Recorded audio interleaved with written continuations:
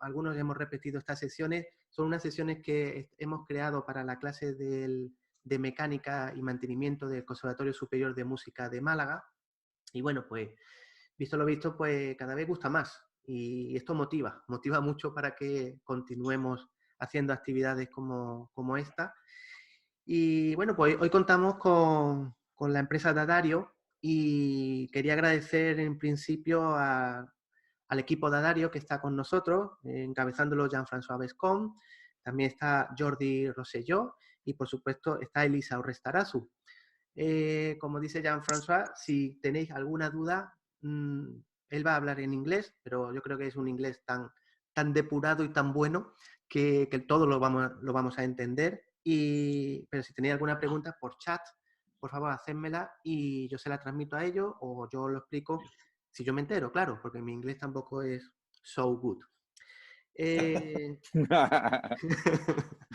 A ver, también quería decir que, bueno, afortunadamente con este nuevo medio pues nos estamos acercando a muchísima gente. Tenemos a Gonzalo que está a punto de acostarse en Malasia, Gonzalo Esteban. Tenemos amigos desde Colombia, amigos desde Venezuela, desde Holanda también tenemos personas y no me enrollo más. Solo deciros que dentro de 30 minutos la conexión se cortará. Utilizar de nuevo el mismo link y nos damos entrada y continuamos, ¿vale?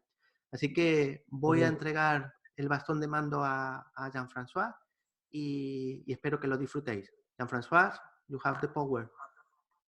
Gracias, Sergio. I have the power. First of all, buenas tardes a todos. Está un placer de organizar esta online clínica. Gracias a mi amigo Sergio.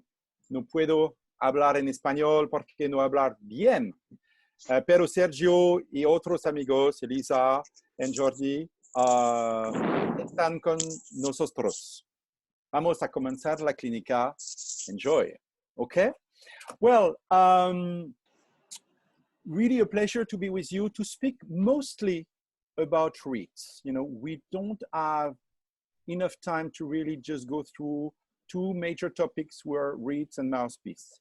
Also, this presentation will be kind of really shortcutting a little bit, I made it very simple because I know that I have in front of me listening a lot of people who are playing wind instruments, but not only single reed, means not only saxophone, clarinet.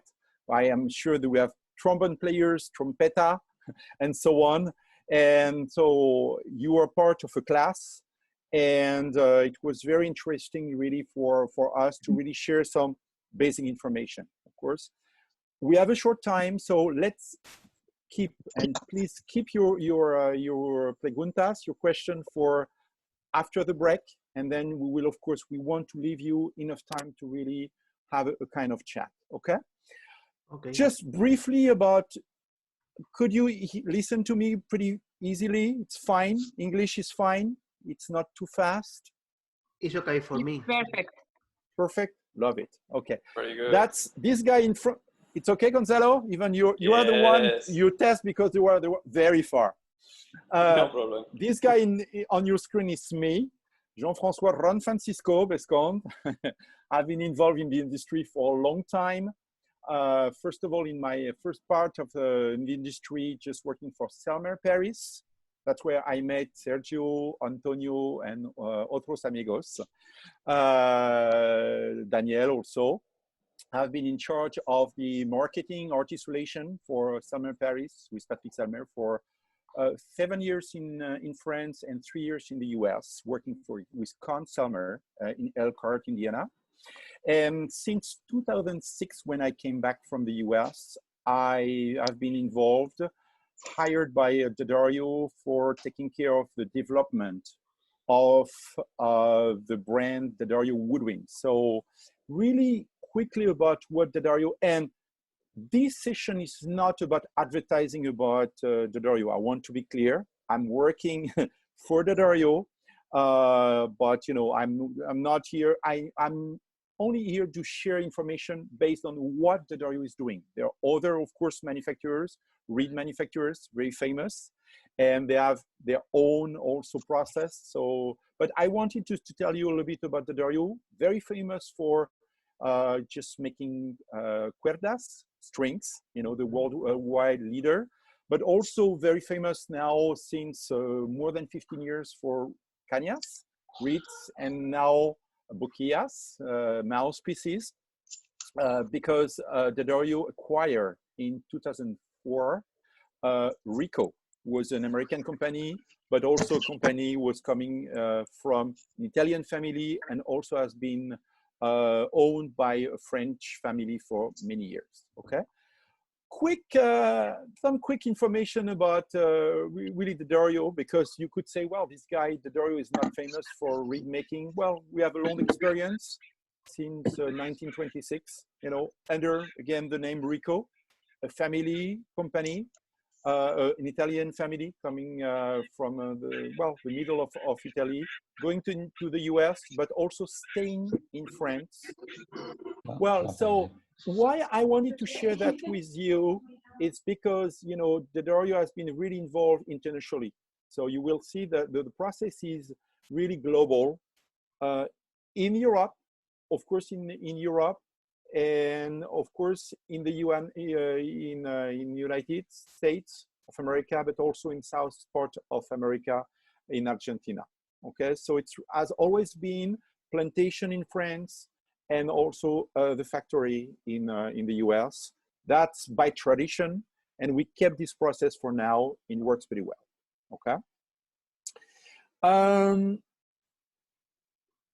Let's keep going. Sometimes the system is blocked for any reason.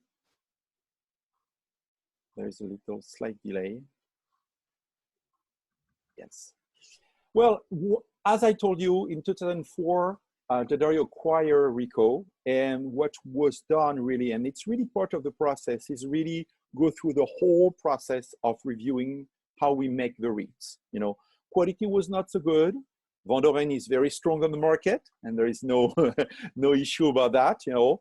But Rico has been extremely strong, especially in the United States, being the leader. We make roughly a little bit more than 20 million reeds a year. Okay, and we went through a really long process to improve the process, going for something very traditional with kind of mechanical machines to more digital process. Even though we still grow canes in south part of France, and we have some canes also coming from Spain. It's not a secret to say that, like Van Doren a lot. Also, we have plantation in Argentina. So it's make the process, because we really, and that's one of the really key points for you to understand, making reeds, first of all, it's about really controlling the supply of raw material. We lose a lot of canes, you know, and we need enough plantations worldwide, and just to really be able to supply and to make a little bit more million reeds a year. Okay, that's why it was important just to remind you about this acquisition. This is one of the plantation in France, you see, and we will come a little bit more further about that. I think that Sergio shared with you. No. Did not. Okay. Okay. We didn't have time. I will share later. Don't worry. Okay. It's too big to share. Okay. We have a video that we wanted to share with you for the purpose of saving the time, but also because we tested and it's not working properly because we're a very big group. I will share the link, or Sergio will share the link, and you will be able to see that, because it's a beautiful overview of the process of making the reeds from the plantation to the factory. Okay, it's very important to understand that to make reeds, and that's really the complexity of the process. You have to be extremely good and people expert in growing, so in agriculture activities. It's not only about technicians, engineers, and musicians. You need people growing the canes. You know, you need, of course, players all the time, guiding our teams about which kind of design we have to do, and that's crucial. Also, technician to design some machine, and also engineers to make sure that, you know, everything is really quality control and duplicating. Okay, so it's I've been, as I told you, I've been involved with Summer, for example. You know, it's extremely complex to make a saxophone or clarinet, but making reeds, it's adding, we are adding a little bit more complex and an extra layer because of this this natural cane that we grew in in southeast part of France, and we can go there. Okay, so that's one of the questions I got from Sergio students about do we need some special climate to grow canes? We do. You know, Spain is pretty good just to grow canes. Malaysia, I'm sorry, Gonzalo, I told you already that don't try just to grow your canes there. It's way too hot because we need a really well balance in between some hot weather, not too hot. We need a lot of rain.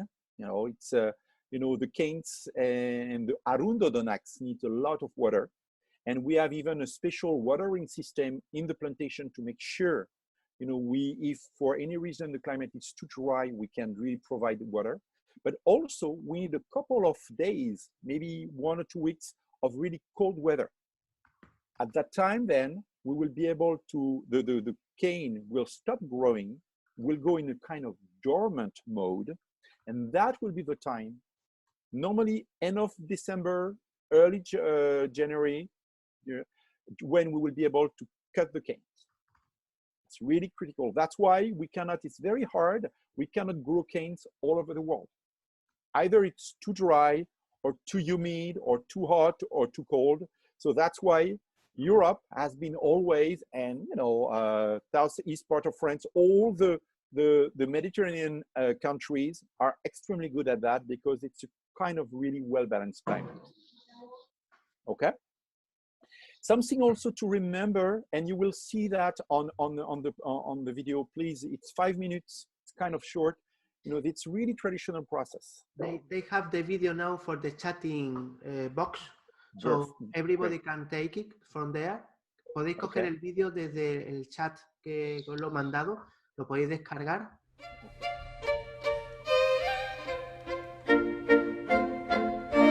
Hi, I'm Jim Daddario, CEO of Daddario & Company. Well, in 2004, we had the opportunity to acquire Rico, which has been a very successful company since 1928. And knowing the reed market very well, we knew that there was an opportunity because we heard over and over again how people would get 1 or 3 reeds in a box of 10 that played well, and there must be a way of providing more value to the customer in the product. We can grow cane everywhere in the world. We need the combination in this real specific climate close to the sea in France. We need enough sun, enough frost, but not too much, and wind. Use them for music.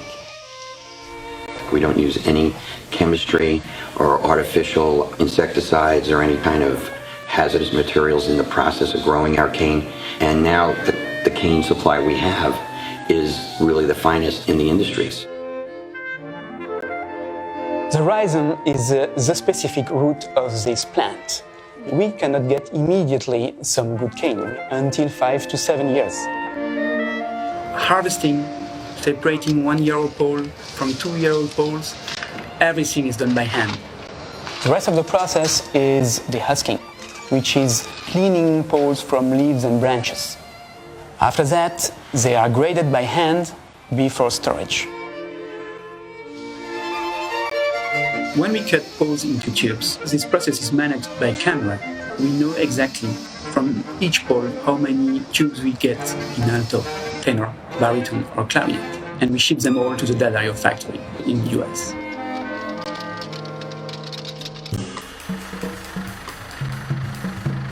We invested in a completely new platform, a digital platform where it will replace about 30 machines in our factory with very, very expensive, sophisticated equipment that is reliable.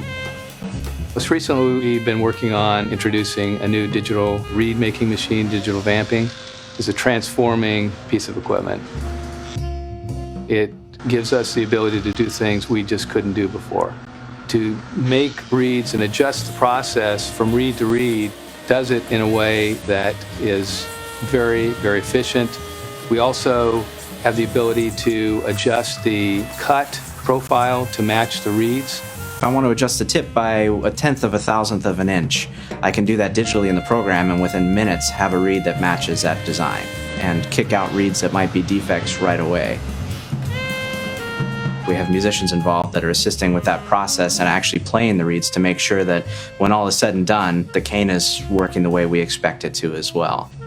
The best reed, the most consistent reed, the highest quality reed on the market today. This machine is revolutionary, it truly is.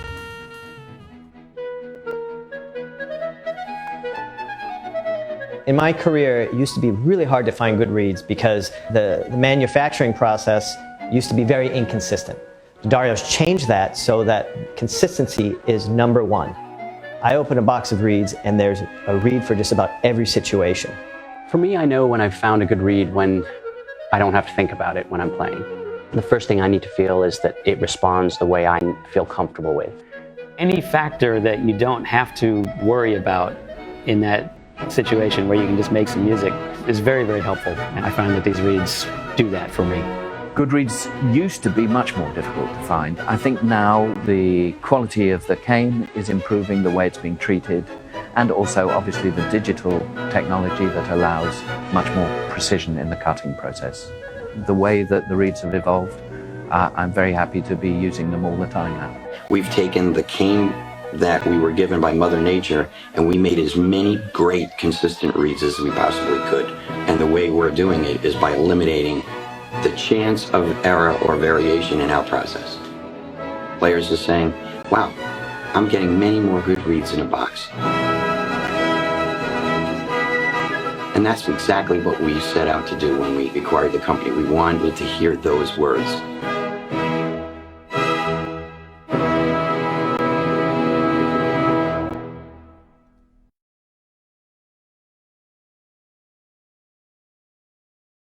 Canes, when you have the proper climate, grows extremely fast. You know, it takes a minimum of 2 years, in between 2 and 5 years. When you have a new plantation, 5 years later, you will start to be able to get the first cane, the poles, and also very traditional process, as I told you, because we harvest by hand, which is kind of very interesting. There is no other ways because every single person is able to really, technician, people harvesting is able to really cut and to check. And if the cane for any reason is not mature enough, they leave the pole for now and they wait for 1 extra year. Okay, so it's interesting, it's complex to make, but at the same time, it starts very simple by really growing canes in a plantation. One question, very fast. Why do we have plantation in France, in Europe, I would say, and in Argentina? Based on what I just told you. That's a little... ¿Lo habéis entendido? ¿Por qué se planta aquí y en Argentina? Yes, because the weather. Not exactly. That's, of course, that's a similar weather. I would say in Argentina, it's a little bit drier. It's Mendoza, good wine, by the way. Malbec is very good. But there is a very key point for us. I told you that we cut the canes. José Serrano says that because when it's summer here, there is winter on opposite. Sergio, you won the quiz. Wow, that's why he's a teacher. El professor knows everything. Yes, in fact, it's interesting. If we wait, we keep our plantation only in Europe, for example, we only have one harvest during winter, when due to these two locations of the plantation, one in the North Hemisphere, the second one in the South, it allows us to cut and to have a new supply of cane every 6 months. So we are done now in France, and we started the drying process, and in August, July, August, September, based on the weather, we'll be able to start harvesting in Mendoza, Argentina. So it gives us, when you know that we need to make 20 million reeds, and basically we will lose half of the supply. half of the cane will not be able to be used to make the reeds. For defects, the poles is warped, curved, and so on. So we reject the poles. So we need a lot of supply. That's why every 6 months, it's much better for us. And of course, for any reason, 2-3 years ago, we had a very cold weather in France, which was not good for the plantation. We could rely on in Argentina. If there is any kind of fire, any kind of storm and so on, we'll be safer. We're not going to run out of Arundo Donax for now, okay? Quickly about that, you know, we spoke about that. And again, the video will tell you much more. When we cut the poles, the husk means remove all the leaves and branches, okay? And we will then just keep the poles for about 5-6 months in a dry area, just to dry, in fact, the material. What is very important for you, we don't want a too dry reed is not good enough. It's losing its capability of flexibility, okay? But at the same time, a too green means too moisturized with a too high level of humidity is not good. So we need to decrease the humidity level from roughly 80+% to 30 something. And we need this 6 months process of drying. And at the end of this drying process, we put all the poles, all the canes in the field outside with the wind, under the sun. And I'm sure that in Spain, we have a couple of partners, Bondoren the same, who are growing some canes nearby Valencia, very lovely. And when you see these canes sunning, drying and sunning, you know, and we just make sure that the material is extremely stable at that time. But again, one of the questions was what it's really could damage a reed. And one of the point is really too much moisturized, too much humidity. So it's really could negatively affect the reed, but also a too dry weather. If the reed is too dry, it's not good. You know, it's really losing the flexibility we need to vibrate correctly. Does it make sense so far? Okay, you have 10 minutes, Jean François. Ooh, wow, super fast. I speak to Mon. Then after that, we go to the factory. You will see, and the process we have here, it's really with one machine doing most of the steps. You know, we don't want to have all different tasks to be done by different people. So we designed about 7 years ago a digital process. Why digital? Because, you know, if we want a very accurate specification, you know, very accurate specification about the reeds, only the computer can really control that. You know, you cannot have any technician, even the most skilled person, really checking by eye, okay? So the computer is helping us. We enter the parameters of the reed after working with a musician, saying, I want this design, I want this, this specification, and then our job is just to put the process to duplicate.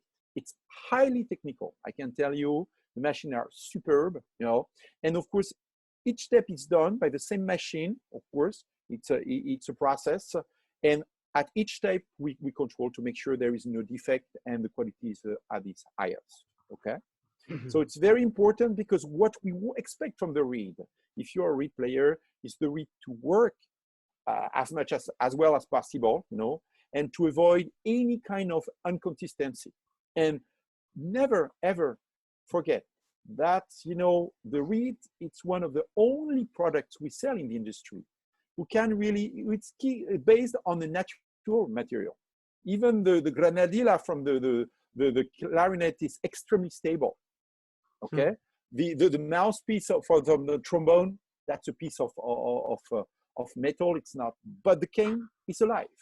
So we need to go through a very specific process from the plantation to the factory to make sure we control, you know, and the reed just keeps its features, okay? And if not, we reject the reed. So it's why also, you know, we had really a lot of success because players, what they want, they don't care about the brands too much. They want to make sure that when they use a reed, it's working, you know, they don't struggle. And that's our job, like all manufacturers in the world, in the music industry, to really make something working properly, okay? So you will be able, that was the video, but let's, about reeds. You will be able, and I will be happy to share that with Sergio, the presentation. There's nothing, you know, the reed, it's kind of a little body, you know, each part of the reed, it's controlled, designed properly, and does impact how the reed will sound. The tip, the rails were really, and you see something very important in it's a symmetry of the reed, very crucial. And one of the first things when we will come to discuss about maybe the second half, because I'm not sure that we will make it, you know, in this first half, it's really to make sure that when you want to adjust, there's one principle is to respect the symmetry. You know, the words will be just not to have a dissymmetric and you know, and just to have one side with not equally working and vibrating. Okay, so you see the tip, the rails, important, the heart, when you get really a sense of the texture of the sound, shoulders, so it's very important, bringing some low register, and the heel and so on. And you see on the left part of my screen the different step from the tube to the different, you know, part of the reed, prevamping and so on, cutting the vibrating. You see the words split, blank, first vamp, cut, finish, and filed, and so on, filed reed. Okay, goes pretty fast, but I'm sure you have the same thing in Spanish, so it's no big deal. What is important is when we're making the reed, designing, but also making the reed, we control each part. And why we have so many different models? It's because, you know, we use, you know, different design. One of the points, for example, it's how thick the reed. You know, we have different, for example, that's an example for the clarinet. We have 3 models, professional, and you see that, you know, we have different, there are a lot of text here, but basically one of the parameters to make a reed, it's how thick the reed is, you know, and you see that it will directly affect, you know, the tone, texture, you know, based on the blank. And the blank is either you have a thicker material or thinner, okay? So it's very, and it will also give us, you know, the direction to make one model over the other one, okay? You will be able to check, of course, professional, we use mostly more, a little bit thicker, so more, well, thicker blank reeds, like Evolution and Classic, for example, if we speak about our models.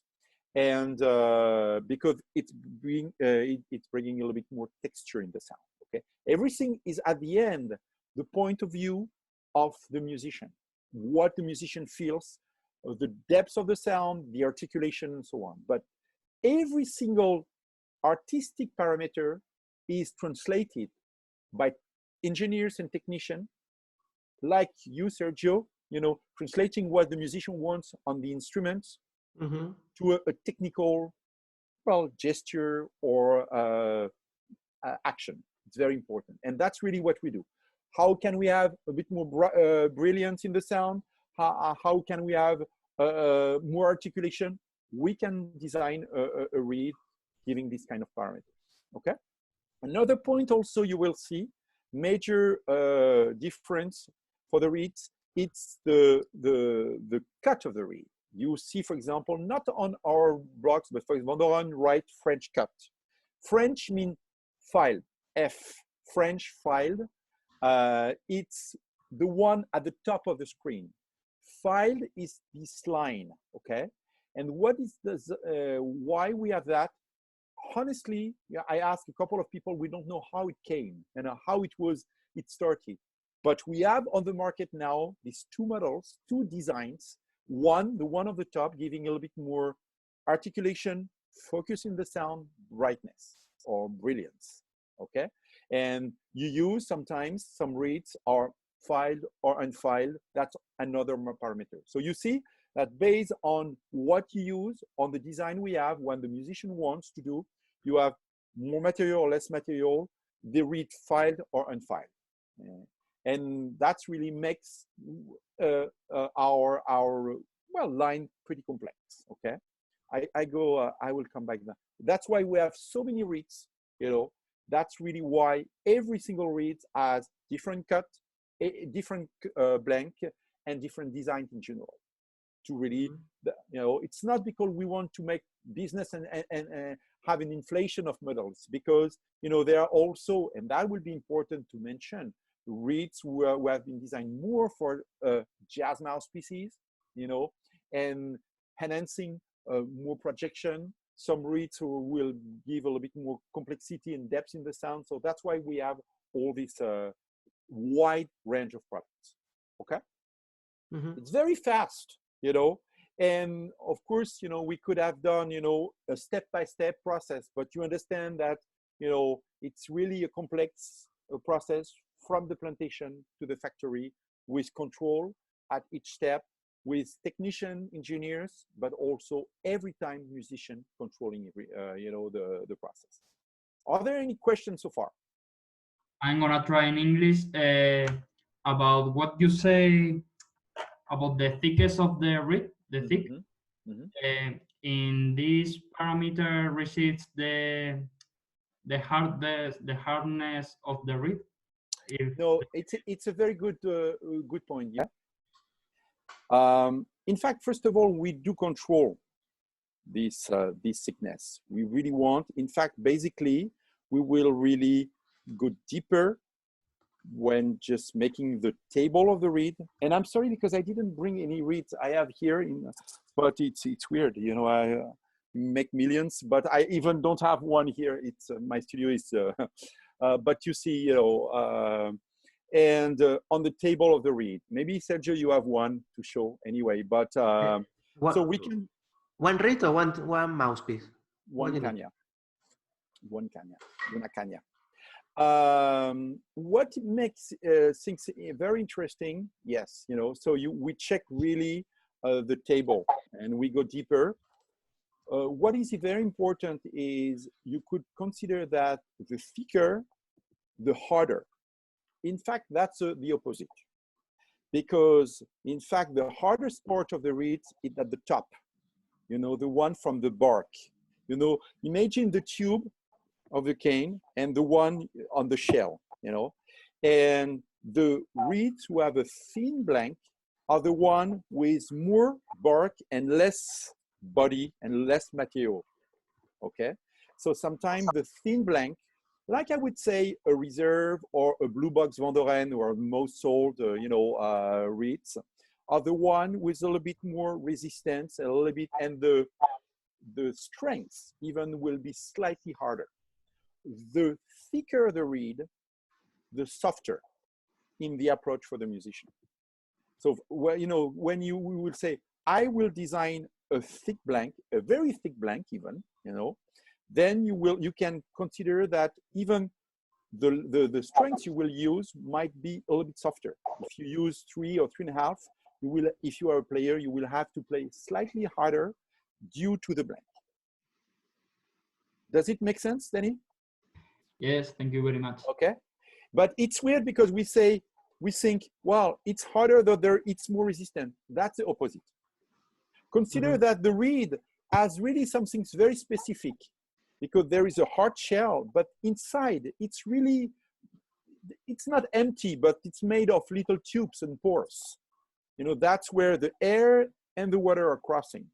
That's what makes also this material so specific and allows, when you blow and you make, this thin piece of cane to be able to vibrate and make the vibration you need.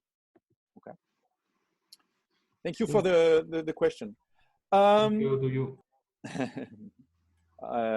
A few. So now we are done with the process. And again, I hope that you got a pretty nice overview of what's going on in the process. Okay. What is important really now, it's really to come with, I'm sorry, I'm moving that from my, it's to come with a couple of questions. And see, Danny, you are exactly on the right question about your question. Reed strengths measure the thickness of the reed. I'm sorry, I have a little problem again. Oops. See, and it's all about, because sometimes you say, well, we design number 3 reeds. No, we design this model of reeds. You know, we depends which one we want, which model, and then the strengths will come by measuring the stiffness, the flexibility of the tip. Okay, so we don't make in the process reserve reed or whatever design number 3. We make reserve reed for B flat clarinet, and then Mother Nature will give us in between 2 and 4.5 or even 5. You see, based on basically, and that's also something very difficult. When we need, some markets are in need for number 1 reeds in Turkey, in Greece, even in the UK. You know, they use much softer reeds. It's very naturally, it's very hard to get this softness because you don't get that in the nature. The same, you see some very famous guys like Benny Golson playing, used to playing number 5. It's not possible to design and to get these strengths naturally. So we need just to adjust that. Otherwise, naturally, based on the stiffness, and it could, of course, it comes from one part. Sometimes the question is, are they at the top a little bit softer? Yes, they are a little bit softer, but basically they're the same, okay? So it's really at the end when we deflect the tip and it gives us a resistance, a measurement of resistance, and then we say, this is number 2, this is number 2.5, and 3, and so on, okay? Very important, we don't control the strength of the reed, okay? There are also some people about, that question we add sometimes by musician about, oh, if you are a professional, you play hard. I can give you so many examples of top players playing very soft. Everything depends of the adjustment, the combination between your reed and your mouthpiece. Extremely important, okay? And it's always, of course, we design reeds, but we design reeds working on a large range of mouthpieces. And you need students, professional, amateur waiver, whatever, you need really just, first of all, to check and to play, to adjust your reed based on the mouthpiece you play. Very important, okay? And that's really something also that when you are in a shop, when you are, you will help, you're a technician, basically a musician, you will need just to, and the teacher will guide the students about that, okay? So it's not about, wow, you play 4, you're a pro. In the US, you have some people who are playing extremely strong or not so top, and you have people like Ronald van Spendong, clarinetist, he played 2 and 2.5 reed because of his mouthpiece, okay? Well, that's about the mouthpiece. I move on, because I didn't want to speak too much about the mouthpiece. So far, we come back on that. What was one of the requirements and discussion we had with Sergio when preparing this clinic is about how to take care of the reeds, okay? And I told him, well, there are books, and I will be able to check to share with you a list of books. Mostly in the US, they have plenty of books about that. Maybe some are more than 100 pages about how to break in, how to adjust the reed, and so on. I don't want just to share too much about adjustment. I will come with a couple of things, but more to tell you, because it's a natural product, because we care about that, there is a process when you prepare the reeds. I use, and Elisa knows about that, Jordi also, people I work with, but I used to compare the reed as a muscle. When you are going to run, to jog, or to play to exercise, you warm up. The same for the trumpet players and so on. They warm up the lips and so on. The reed, when it's new, needs to be breaking in, means prepared. And I'm not shy to say several days for me could be up to 15 days. The more you prepare slowly the reeds. So what is this kind of preparation? Remember, for 6 months, even more, if you consider that it's 6 months and we play the reed right away, but after that, as the reed has been stored in the box and then it's in a store and so on. So sometimes the reed has not been played for more than 1 year, even more than that. So when you use, the first thing is to really prepare, to moisturize, to get some moisture into the reed, but slowly. If you really want to avoid a fast and premature softening process, you need to go very slow on that, okay? Of course, and that's why the 10 to 15 day might be a bit shorter, but you need to make sure that when you start playing your reed, don't play the reed too long.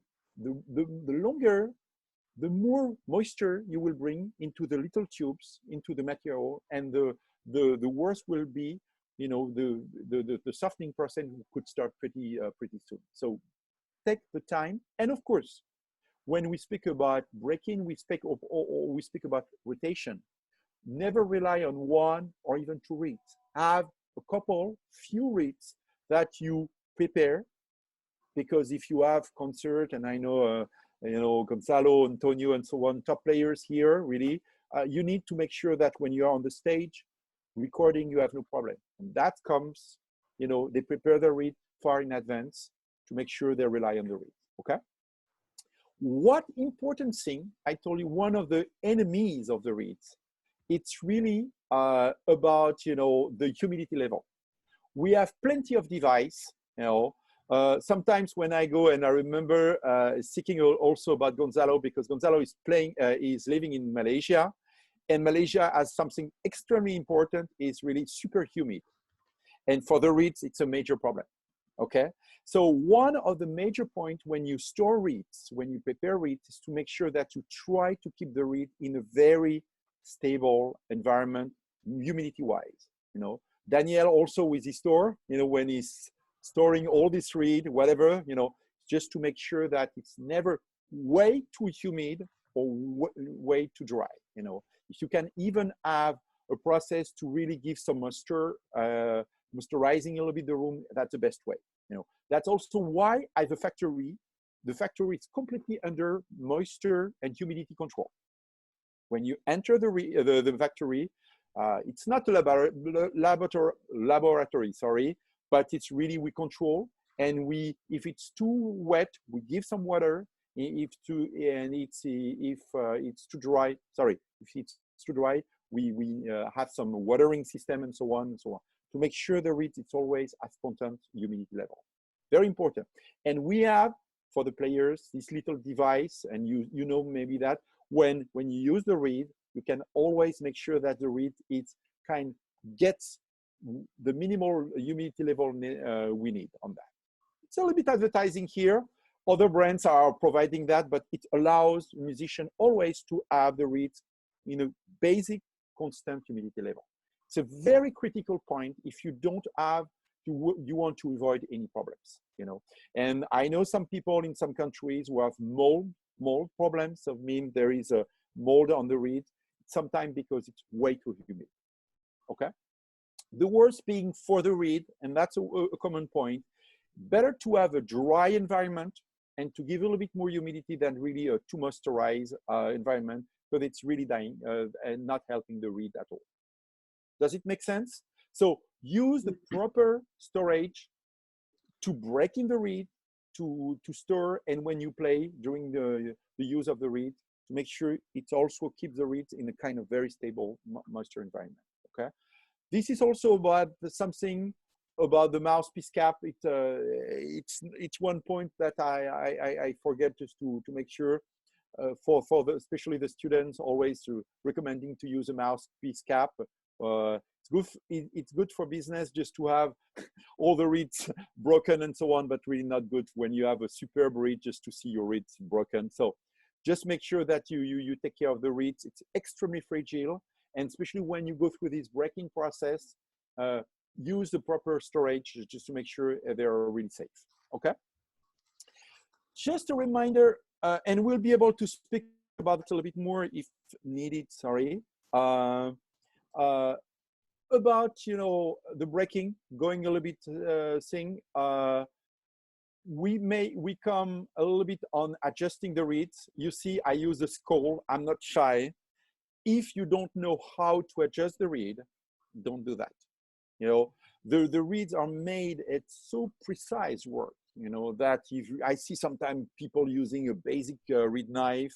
If you don't know how to scratch, what to adjust, where to adjust, don't do that. You know, it's extremely fragile. And what we are committed to as a manufacturer is really to make sure that, you know, we come with the most accurate and the most consistent reed. So normally I would say in the past was another world, but nowadays, you know, the reed manufacturers bring some really high quality. I don't say it's 100% perfect, but the consistency should be great. And you should really, really adjust as little as possible. Of course, there are some people who love to adjust anyway, but more important, I would say that adjustment is really, again, the breaking process. 10 to 15 days before you a regular use. Don't go crazy when you start playing too long, too loud, you know, because it's damaging the thing. You know, I say, you know, myself, I open on May 1st a box, and every day I play 2-3 minutes on the reeds. I play scales and so on. Maybe at the end, I will play a little bit more. But after that, I will be able to store my reed in the little device, you know, with a humidity control system. And I can play the reed for, I don't play right now. Yeah, I play a little bit more, a couple of hours per day. But, you know, otherwise, you know, I was speaking with a musician recently. He played a reed, one of our reeds, for 2 months. But he told me, I did prepare, I did protect the reed, and it worked for. At the end, of course, the reed is exhausted a little bit. But if you rotate the reed, if you break the reed in, it should work. And the reed could last for a couple of weeks at least. Okay? Speaking about, Sergio, we're good on time? Yeah, at the moment we have more than 10 minutes, so don't worry. Good. Adjustment. So I told Sergio, I'm not, first of all, a good example of adjusting reed. I don't pay my reeds too. It's true. I confess that. But it's more about, you know, I don't have the tradition. My first teacher was a scientist from France, and, you know, used, and is more than 88 now. He still adjusts, but, you know, he knows how to do that. There are basic things. First of all, I told you, if the teeth is not flat, it means that the fibers are stretching a little bit. So always make sure that you humidify the reed. Thoroughly means at least, you know, when you start using the reeds, just put that. There are discussions about whether you should use a glass of water or your tongue and your saliva. I prefer, you know, that's something we could discuss. I read a lot of books about that, and it depends of people. You know, the saliva has some benefits that I personally like. Nowadays, with all the virus and so on, you know, we should consider that. But again, my reeds are extremely personal, and something really to think about that right now. If you use a natural reed, of course, don't share that with anybody else now. You know, it's really safety first, okay? So make sure that, you know, you breaking the reed, you put them in a really humidity environment, but not too much. You put them in a flat, you know, and all the storage you push on the table, on the top of the reed, to make sure that the table remain very flat, okay?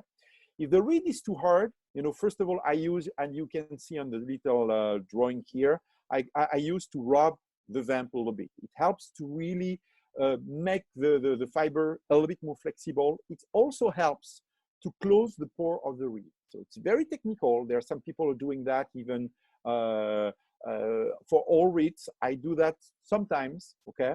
But more important for me as an adjustment, when I feel that the reed is a little bit hard, it's really to make sure that I help just the reeds to be a little bit more flexible. Just to, I push on the vamp. I also sometimes adjust a little bit the table of the reed. So at the back of the reed, not the top, but the back, the one coming on the table of the mouthpiece, I can really make sure that I remove a little bit, because after a while, the reed's not exactly flat, but takes a little bit belly, you know, it's warping a little bit. So by reflatting a little bit, refacing a little bit the reed, it helps a little bit, okay? And there are a lot of different devices, but I like really to use a plain piece of paper, blank piece of paper, okay? And to use that on a marble. What makes the marble different from others? It's extremely flat, okay? So you just adjust the table of the reed, you know, and you will see that it gives a little bit more spark in the sound, first of all, you know, and also if the reed was a little bit stuffy and hard, it makes the reed a little bit lighter. This is the way I used to doing. There, again, a lot of different things, and we come back on that.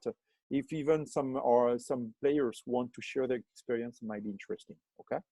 Finally, if the reed is too soft, I no longer clip the reed. Means I cut the tip of the reed. Why? Because then you change the design.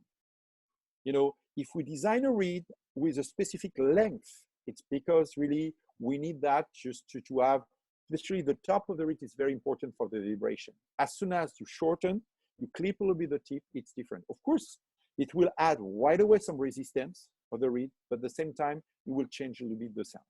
Okay, so something very basic you all know if you play a single reed is you adjust and you put a little bit the reed up on the mouthpiece. It's very basic, you know. We do that for students and so on. It can help you when you are in, you know, and you feel you put the reed up a little bit and it's adding a little bit resistance.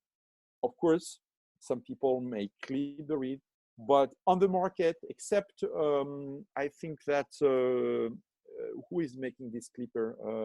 Not Bonad. There's one manufacturer is doing that. Help me if you know the. Otherwise, what we have on the market is not so good for clipping the reed. Okay, so that's really that's what I only want to share about adjustment. Again, there are books about how to adjust at the tip of the reed to make sure that you balance the reed and so on. On the aisles of the reed, I showed you earlier. This is something that you need really just to check with a professional, someone who used to doing that. Also to use really either a really very extremely thin sandpaper or reed knife. Borrow the reed knife of your oboe best friend or bassoon best friend. But again, you need to go extremely careful on the aisles. I personally don't do that because I don't have the need for that. Okay. That's our job as a manufacturer to bring, you know, to make the reeds as balanced as possible. Okay. Last part before we leave a couple minutes for questions. Of course, we are a very special time, and I couldn't not speak about the virus right now. We discussed that with Sergio. I think we will have to have new practices for woodwind players, for wind players in general, music stores, repair player, to make sure there is no issue. Okay, I'm not an expert, I'm not a doctor, and there are a lot of things going on now researching. What I can tell you is what I have on this little screen. They're extremely basic, you know, but they have been discussed with one of my good friends who is a surgeon. In fact, you will see a letter he wrote a couple of weeks ago about that. You know, he's a clarinetist and he's a specialist of the throat in a couple of hospitals in the north part of France. Okay, what we know right now, speaking about the virus, it does survive. It does not survive more than 5 or 6 days. Okay, so of course, if it's your own instrument, no problem. But consider that you may just be in a store, or you know, you have to consider that to take that into account. Okay, we are discussing. I know that Buffet has been researching about that, about how could we clean the bore, the internal side of part of the instrument, checking about what could be a swab impregnated with alcohol, for example. If you use alcohol, we know that it's the virus is not, it's kind of fragile. You know, my friend told me that you know, tuberculosis is much more dangerous in terms of virus. You know, it's very hard to get rid of the tuberculosis virus. However, the COVID-19 is there, and we know that using, well, hydroalcoholic on the hand, but if you really want to clean a mouthpiece, an instrument, keys on the saxophone and so on, an alcohol higher than 65% will be good. Okay, just be careful when you use this kind of alcohol on the mouthpiece. It's hard rubber, it's ebonite, and if you use that for a long time, you know, very frequently, it could really impact and damage the hard rubber. So we have to be careful on that. Very critical, if you play in a room, if you test some, the room should be really highly ventilated. It's critical. You know, 50% of any kind of spray could get rid because you open the windows, or, you know, you have a fan and so on. So just not forget that. It's very critical. Okay. And of course, always the mask, glove, if you have some tests to do. We're not there yet, of course, but you have to think for the future. And of course, hydroalcoholic, not to forget the soap. A basic soap will remove more than 90% of the virus, if well done. Okay. This is something that I know Sergio will share with you. It's not new. You may be, I share that on my Facebook page. We share that. Sergio just helped us to translate. It's in English, in French, and so on.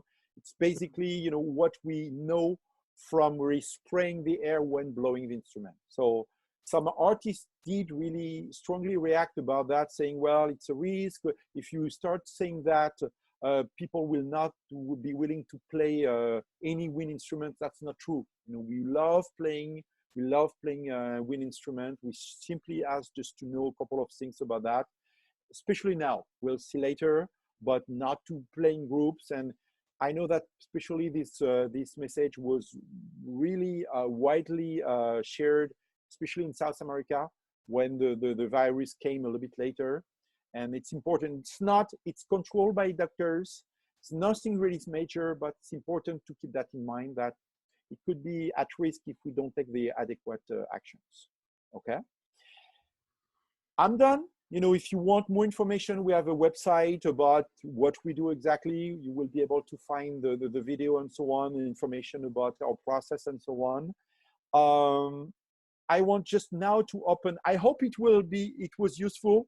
You know, I wish we could have more, we could be more detailed. It's kind of really an overview, as I told you before, about how we make the reeds first, to give you a little bit tips about how to break in, you know, control the humidity for your reeds when you store them or you play them, when you break them, the reeds, and adjustment. Again, there are a lot of things.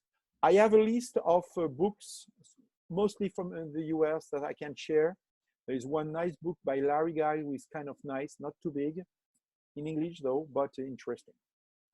Do you have now any question about? We have 10 minutes. We have 10 minutes. So I would like to make a question for you. Yeah. Wait a minute. Like summary, you say that you have to play the reed 2 or 3 minutes when you're starting with this. Yeah. And it's adapt than adjust.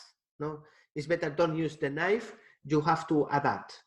So yes, you think the reed is perfect. So only you have to live with them, no? Well, yes, of course, the Daddario reeds are perfect. No.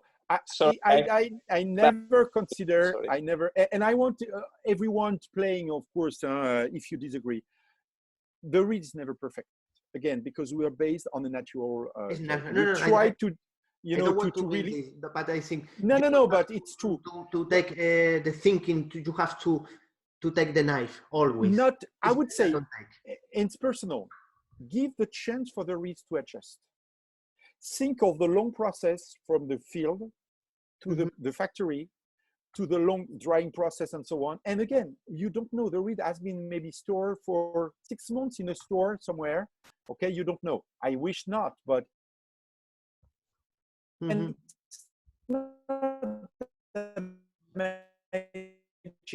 we had a question about, and we know some crazy jazz players who are just, they're always, can you hear me?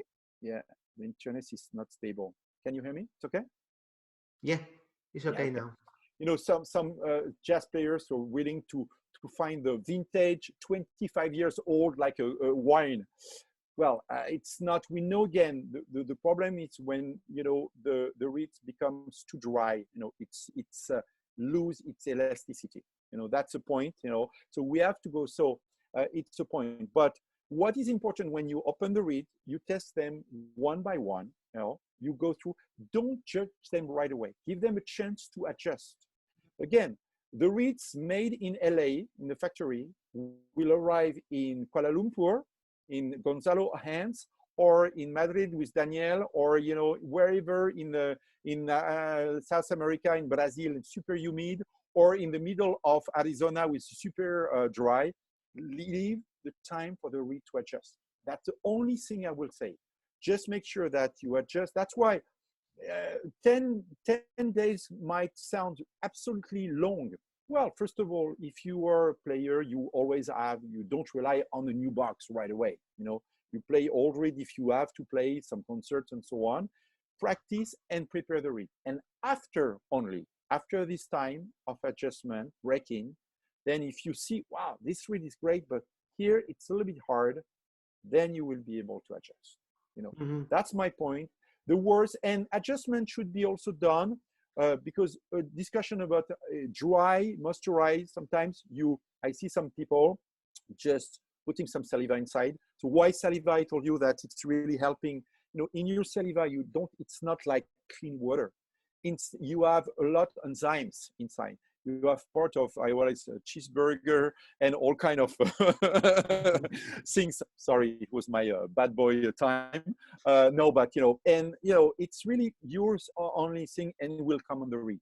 Of course, how often you had some students coming and say, oh, my reed doesn't work, and the reed is completely black. Then, you know, especially right now, don't touch that and should be changed. But normally, you know, the reeds also, there is the pores were closing. So the time you will play, you know, will allow the reeds to adjust, to change a little bit, and then you will be able to adjust if needed. Does it make sense? Yes, perfect. Only in 5 minutes, you have 5 minutes. Rafa asked you any way to know the quality of the reed before to try. Is it possible to know if a reed is good before to try? Well, good luck. Good luck. Good luck. No. And even before try, I have no expectation. Don't have expectation. The only thing, first of all, check if you're a player, work with your repair guy, work with the store, take the time, invest a little bit to find the right strengths with your mouthpiece. Very important, you know. Don't say, I used to playing 3. No, first of all, unfortunately or fortunately, just simply because of the blank I explained, you know, the strengths can be different from the blank, and also different models and different, of course, brands. Van der Ven has not the same calibration as the Daddario or other brands. So you need to find your own strengths. On that point, always consider that naturally the reed will soften. After really vibrating, after a while, you know, the reed will soften. It's natural. It's like, okay, the reeds. So if you are in between two strengths, always tends to play slightly harder than softer, because you know that it's a little bit hard at the beginning. You will adjust, and the reed will soften a little bit. Otherwise, there is no way. If you found the right, you have a good mouthpiece that you change. Not often, but mouthpiece is becoming dead after a couple of, you know, 3-4 years, depends, you know, change. But then the reed, you know, if there are brown spots, I remember in China say, oh, good reed because brown spots, or bad reed because there are brown spots on the bark, simply because the reaction of the sun when we dry the reeds, you know.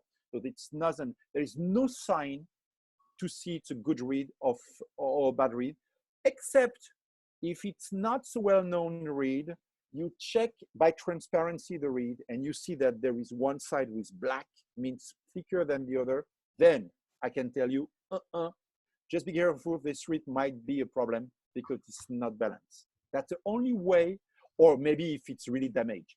But a brand new read like that, I cannot tell you whether it's not good. And I will give a few days just to tell you this read, sorry, I cannot play, or it's a good read. My last question about the sound. You, Daddario have two kind of read, the reserve and classic. The classic, the shape is longer. What is the difference of the sound between reserve and classic?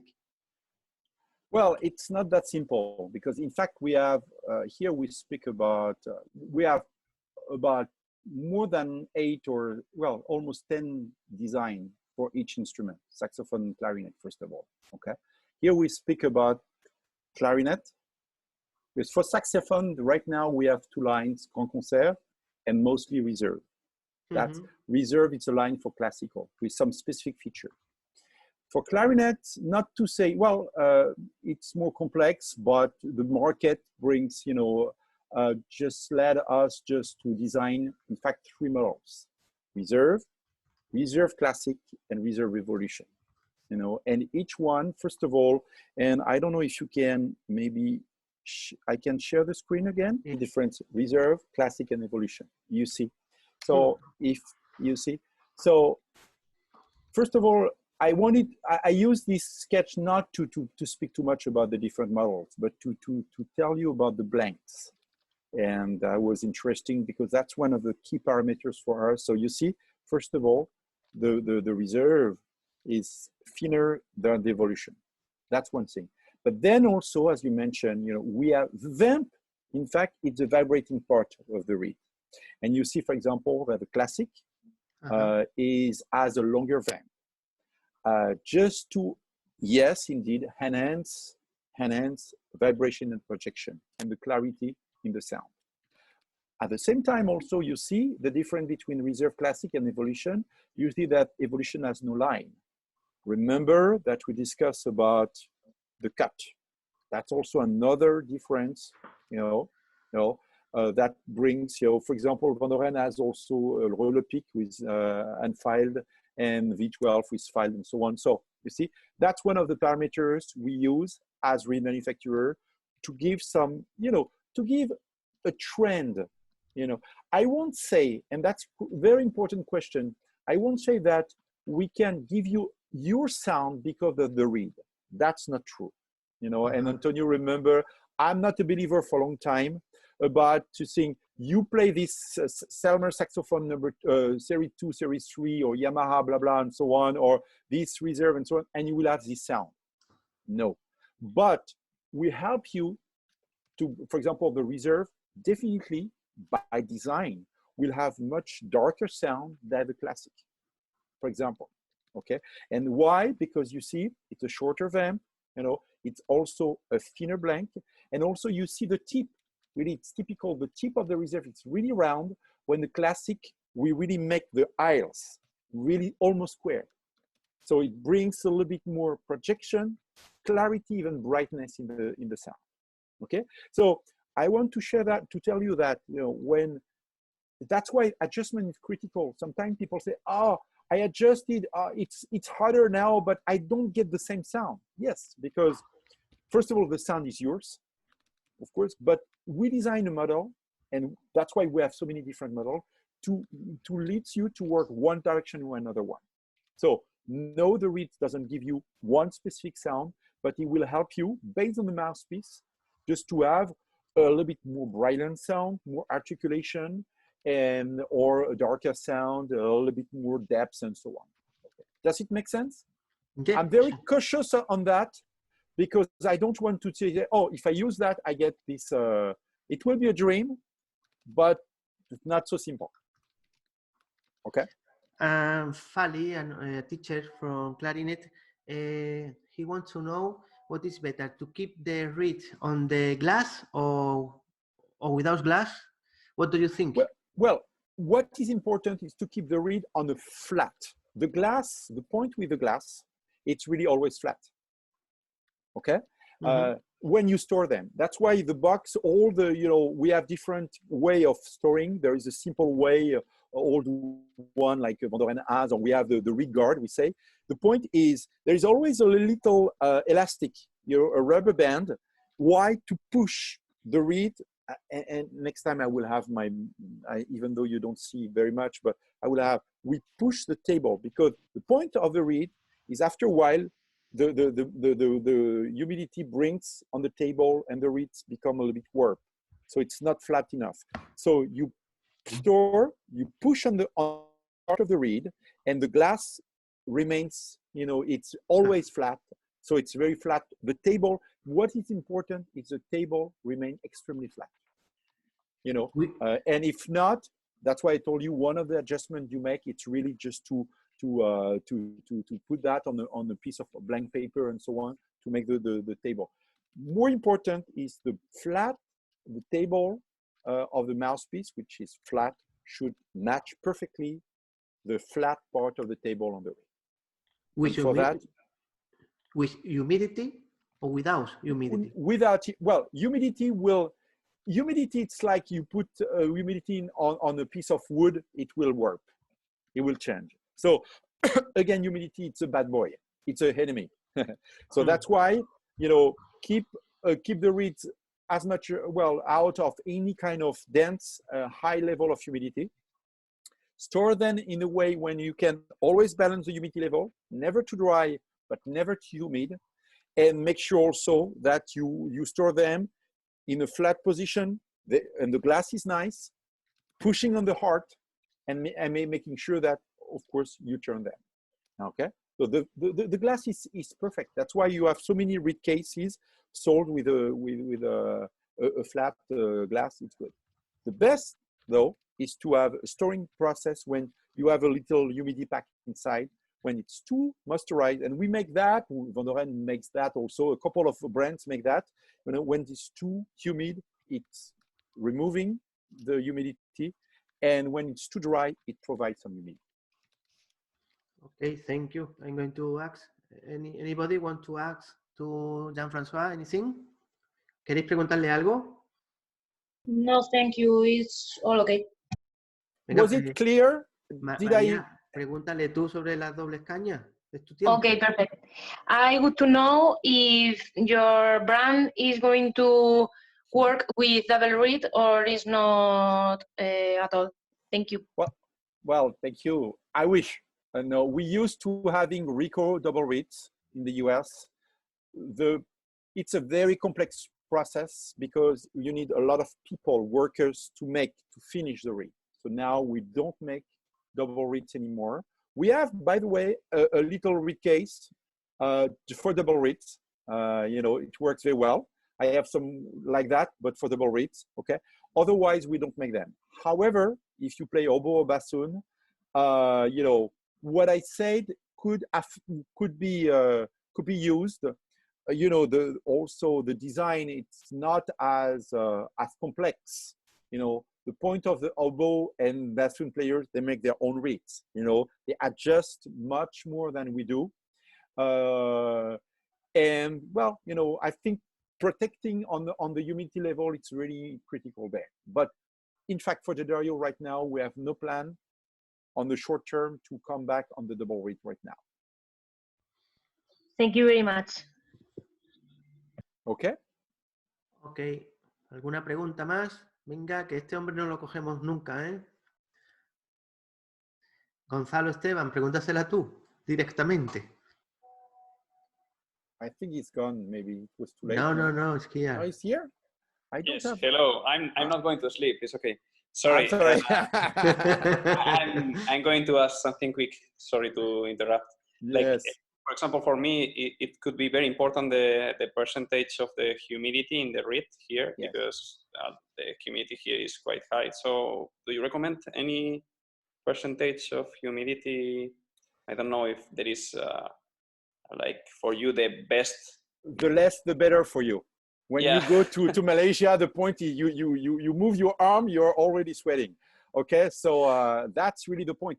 Naturally, the reeds absorb moisture. That's the point. So means that, you know, the material will be always impregnated by moisture, and the reed will sound, well, softer. You know, I know that we have been discussing about that. So I would say try to store your reeds, prepare your reed. You know that we discussed about that. Use any kind of device to stabilize. Unfortunately, we used to having different levels of humidity in our reed case. We don't do that anymore because it was very complex. But for you, the point would be just to remove as much, you know. And I know some people like Antonio, Philippe Lecoq, for example, in France, in Toulouse, he used to having this kind of cigar box, you know, or maybe Baribé, she's not that in Bordeaux, Elisa's teacher. And there are some people who really try to cure almost their reeds, you know, but in your case, cure means, you know, really protect them as much as possible. You have to really make sure that there are not so much moisture, you know? And of course, you play a little bit harder, you know that. You turn them quite highly. The more you could store, the point is, some people say, I put that in a sealed box, and then they don't absorb reed. The problem is, as soon as you are in the orchestra, you play, the reeds outside get. So I'm kind of against protecting the reed from, you know, any environment. That's also why I have to say we don't do what Van der Ven does with the little bag, for example. You know, we want the reed to absorb, you know, the humidity outside. You know, the more the reed adjusts to the environment, the better. You know, it's not like you will be like a cosmonaut, you know, and you open and you go to Malaysia and you get, you know, so it's hot and humid. It's really, it's surprising, you know. You need, you know, your body to, and the reed also to adjust and to absorb. Now you need to protect much more. There's not so much things you can do, again, on your side, except turning highly your reed, playing a little bit harder, and making sure they are not exposed too much to the humidity, as much as you can. Be careful also, in your case, Gonzalo, with AC. Air conditioning is absolutely not good, because the point is, air conditioning is really highly drying, and it's good for your skin. When you are, you know, but it's killing the reeds. But then I'm fucked. You are fucked. Yeah. So okay. I just wanted to ask. Sorry to interrupt. Yeah, no. But air conditioning is really it's tough. But you need to prepare. We use the 90% of the time we use it here. So. Yeah, of course you have no choice. Yeah. No, but the worst would be just to expose. Sometimes people have, you know, a highly super cold, dry air conditioning for the reeds. If you have the reeds close to that, it's not really good. Thank you very much, Jean François. No problem. Jean François, another question is from a teacher here in Málaga. Yes.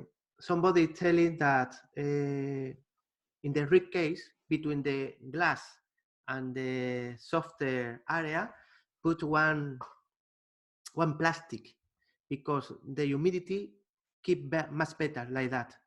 Do you know something like that, or? So you mean that you have this box with a glass, and between the glass and the wood, put some plastic between.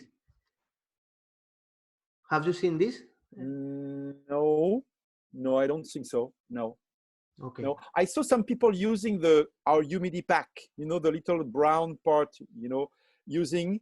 But the point is, you know, this reed case was designed. It's very complex, you know, because it's not fully sealed, but at the same time, you don't, you know, the point of this glass, nice reed storage are good, but the air is crossing. It's not sealed, so it's not also so good. You know, the point is we need a box with kind of sealed a little bit to protect, to make sure that there is not too much air coming. You need air to make sure that, you know, especially when you dry the reed and you drain the reed, it's helping. But at the same time, the box should be sealed, you know. And most of the box are nicely done to make sure that the reeds are really flat and so on, but they're absolutely not sealed. And then the humidity pack doesn't work because you need this kind of environment. That's also why we didn't people say, why you don't do a read case of 12 or 15 for 15 reads? Because the little patch we have, it's designed for 8 reads. We make sure that the quantity of water or salt inside the little bag, it's matching the quantity of reads, maximum quantity of reads, which is 8 in the read case. So see, everything is made to try just to, it's not made by coincidence. Really, it's made, you know, we know that this little patch will help with 8 reads to really moisturize and to drain them if needed. I'm not sure if it's really clear, but you know, this kind of thing is not only a pure marketing product, it's really designed really. It's experiments, no? Well, experiments. No, it does exist. We sell that, okay? But no, it's really something that we have been experimenting a lot, you know. Why? Because some musicians say we would like to have the same case, but we would like to have 12 reads or even more, you know. And we say, no, for the quantity of the patch, the humidity pack, only 8, maximum of 8 is the best, you know, just to allow really the reed to stabilize. Again, we want the reed when you finish playing, you put the reed, they're stable, they're on, it's not glass, it's plastic, but they can be drained and they don't warp again. The worst is just to remove, say, oh, this reed is fantastic, I will play the reed tomorrow. And then the next day, we all have been experiencing that, and the reed doesn't work anymore because it was the draining process, it dried too fast. So this little device simply helped to make sure that the reed remains at its the same state, basically. I don't know if I'm clear about that, but that's one of the critical things when you want to take care of your reed, you know, making sure you stabilize the humidity level. Thank you. And it should not be something. Of course, Lisa, the people involved, we think a lot about that. We have engineers explaining, but for the musician, it has to be very easy. I'm not nuts with my reeds. Later today, I will open my reeds and I will start going through that. You know, if you spend too much time or customers spend too much time, players, other colleagues spending too much time with the reeds, it's because they didn't find the right thing. The reed should be something very easy. And all these little tools are made, all the breaking process adjustment are made to make your life as a player easier. Thank you. And Efrain has another question. Efrain, it's tu turno. Hi, François. Yes. Hi, Frem. How are you? You're hiding. I don't see you. My name? Well, there are so many people. Where you? ¿Dónde está? Que no te ve, dice. Maybe the last page. I don't know. Yeah, at the end. Okay. I don't have my webcam. Ah, that's why you hide. Tell me. When you play a new type of reed, like classic, reserve, or evolution for the first time, you feel so different. You think you need a different relation between the mouth and the mouthpiece when you use a new reed? So you mean should you change your mouthpiece or even your embouchure? Yes. If you have to make change in your embouchure when you start playing with a different type of reed. Well, the reed is I would say the last one. Should adjust, first of all, don't change your embouchure. If you have a good embouchure, you know, the reed should help you really. The reed is the easiest part of the setup. Really important. You don't change your mouthpiece, your embouchure so often. You know, I know some people went through a very long process of changing them. It's very difficult. You have habits, you play certain types, you do with what you have, okay? Mouthpiece is something important. I believe that you should change your mouthpiece. I don't know, I had a teacher, every year he was changing, of course, but if you play vintage or really kind of really handmade, I know it's a very more difficult, but you know, if you really play every day, mouthpiece at one point is really wearing out. So you need to change your mouthpiece. But if you have a good mouthpiece, your embouchure, the reed is the one coming at the latest, you know, at the end of the process, you know. And That's why we propose so many reeds. Try different reeds and say, well, okay, based on the mouthpiece I have, based on the type of music I play, why not? And based on what I like, I prefer this reed or this reed or this reed. That's why there are so many brands and models, you know, because you should not, the reed should be, of course, if you like one reed, you will adjust a little bit after that. But first of all, don't change your mouthpiece. And I know that Elisa has been doing a lot of things. Sometimes people say, oh, a new mouthpiece, a new reed. Say, well, no, play this new reed with your own mouthpiece. You know, if you want to try a new mouthpiece, play your mouthpiece with an old reed you have. You know, don't change everything. Okay, it's very important that you go step by step. But the reeds, that's why we have so different models, should adjust and should really match what you like. You know, and at the end you adjust, and your sound will always be your sound. You know, that's really something I told you. The reed is not the one giving you a more beautiful sound, you know, but it will help you to really help you, you know, express what you want. A reed for me, for example, will help you with articulation. Some people sometimes, I say, well, you know, I have a hard time with your my staccato. I say, well, maybe your reed, you should maybe try to use a longer vamp, something with a little bit more, with more articulation, with a little bit more square tip. Oh yeah, right. And the musician changed, and it was for better. Articulation was easier. But otherwise, you should not change. The reed should adjust, adapt, try. The point is to really try different models. It's a long quest. Thank you. It's a long quest, but that's why we have so many different manufacturers. Okay, so thank you so much. ¿Alguna pregunta más? ¿Tenemos? Aprovechamos, ¿no? Clear? No, I don't have. Okay. Just check about the video. Really, I think it's very nice just to, and it's translated in Espanol. So I think maybe Georgie did that, or someone from the team. I don't remember. That's good. I'm ready to share. Yeah, I prepared. I think I have to say that I didn't do that by my own, because I think it was really well done. I'm sorry. Where is it? Yeah, I have a couple of books. You know, I can share, because one question was about that. Sorry. Wow. Okay, I don't see. Well, so it's in English. What I like, I know Fred Ormond. You know, it's really an expert from the US. It's a really good book. It's 84 pages. It's big.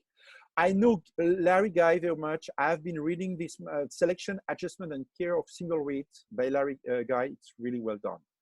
I don't know. I didn't have a chance to speak to Elisa or Isabella or team. Maybe in Spain, we have some people, I'm sure. There are some people who wrote some really nice papers about how to adjust. You know, I don't know Justo Sanz or Pedro Rubio. Or I don't know, Antonio, if you have any people for saxophone. But you know, the second one, it's a little bit shorter. It's 56 pages only. I know Larry has a huge experience, and it's really well done. You know, it's very technical, and the American love really something really. Ben Amato is the one also who has been, you maybe know Read Perfect, or he has he designed this this device. It's nice also. But Larry, I've been reading this book when I started with Daddario. It was really nice. Okay, I will share that with you, Sergio. If you can pass it on, because someone was. Unfortunately, it's in English, but you know, made of a lot of drawings and explanation. It's not hard to understand. Okay. If you can send me the information, I will share with them. Don't worry. Of course. I'm sure. Okay. Okay. ¿Alguna pregunta? ¿Tenemos?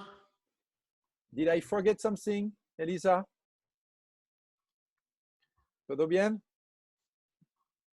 Le falta el micro. Todo muy. But it's always yeah. Just it's interesting, because we have one of our friends who is oboe or bassoon player. I know that some people are playing brass, so it's it can be. That's why we decided with Sergio not to go too far, because we know some colleagues who are playing single reeds, saxophone clarinet who can go be extremely picky at adjusting. They're super detailed. That was not the purpose of the presentation here. It's really an overview of how we make that. Speaking about other manufacturer, everyone has his own way. You know, Van der Ven, we don't know too much. It's very secretive, and but everyone has his own process and so on. But basically, what you show here is the basic process. When what is specific for Daddario, it's really the digital process. What is specific is really the two plantation in Argentina and France and in Europe. We have been working, one of the key points also for me, it's really working on the consistency. You know, I've been really, sometimes we didn't speak too much about that, but you know, I like when I open a box of reed to be able to play most of them. You know? And in the past, because of the process, sometimes the machine were not so well calibrated, the control was not so high, and sometimes you had, oh, great, and then the next reed, oh, way too hard, oh, way too soft. Now, really, we succeed in bringing some really very consistent reeds. But then, it's no longer our job. It's the job of the musician, again, to prepare, to adjust if needed, when he knows or she knows about doing that, and to protect the reeds as much as possible. So it's a shared job here, you know. That's why very important also if some of you will be musicians, some of you maybe may join some shops or working in a repair. Very important to guide the musicians. You know, sometimes, and I know that some shops are doing that extremely well, to give also the chance to give a try. You know, the musicians are searching, and just to guide them a little bit, and to maybe to give them a chance to try some reeds design. And so it's very important to test and to find the right setup. Okay. Okay, thank you, Jean François. Only we're going to finish now because you know you have to work in another place now. Yeah. Only you know when you meet with me in the next vacations or next holidays or next play, I will pay some beer for you. Cerveza. Yeah. I know that's a simple word. Well, I want to tell you, thank you, Sergio, just for putting that together. It was a very interesting experience because I did that very often, face to face, all over the world. Not too much online at this size. You know, really, this level was really. I hope it was. I wish it could have been in Spanish next time. You can, and more than everything else, be careful. You know, we're still in a very strange time. Okay, where light is, we can see the light now, but let's be careful. When enjoy playing the music, enjoy playing for others, because the music will be critical in our society. Just to renew the links. Not only virtually, but face-to-face. So we have a very important role to play, artists in general. And so right now, just put your mask on, your gloves when possible, wash your hands. And if you see a big virus, green or red, go on. No kiss, avoid that, okay? Really be careful on that. And muchas gracias a todos. Muchas gracias, Sergio, para la clínica. Un placer. Thank you to you. Thank you to. Merci beaucoup. Merci à tout le monde. I hope to see you soon. And keep like that. Keep in this way because you are very, very great professional, and we miss you a lot. So thank you for listening, and see you soon. I will come to Spain. Love Spain. Okay. We hope so. Muchas gracias, amigos. Okay. Bye. Hasta luego. Gracias chao, a todos por estar con nosotros. Okay. Gracias, Jordi. Gracias. Salut, Gonzalo. Ciao, ciao. Elisa, Jordi. Speak to you on the phone soon, okay? All right. Oh! alguien toca por ahí. Sergio, Bueno, I chicos, call you... a todos, muchas gracias por estar con nosotros. Seguro que repetimos este tipo de acciones. Yo ya tengo vuestro contacto, vosotros tenéis mi contacto. Si queréis que organicemos una en concreto, proponérnoslas y seguro que buscamos la persona que pueda hacerlo lo mejor posible. Creo que este aislamiento nos puede acercar ahora mucho a todos. Entonces, nada, como digo, tenéis mi contacto. Si necesitáis cualquier cosa, aquí me tenéis para intentar organizarlo lo mejor posible. Gracias. Thank you very much, Sergio and François. Salut, à bientôt. Hasta luego a todos. Chao. Adiós. A bientôt. Au revoir.